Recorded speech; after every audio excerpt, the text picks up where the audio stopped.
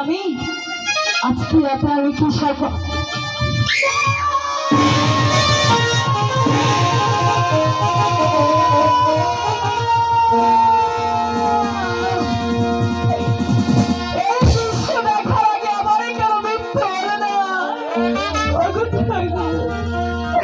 আমি এই কলঙ্কিনী বউকে নিয়ে কোথায় যাব?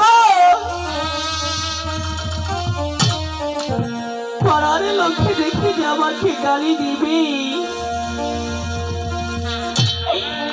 আমি কি করব?